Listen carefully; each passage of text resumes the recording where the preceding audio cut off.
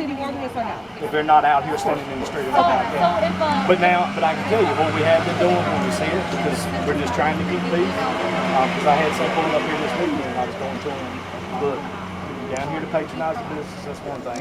You're down here just because you want to sit here with the flags. In order to keep the peace, we put your flags away. You know, and I've asked them. So having a sign in your property, is that legal? You can do that. Okay. So do contact me. Right, that's what I thought. Okay. You write whatever you want to on your business, as long as it's not open. You're back here for Huh?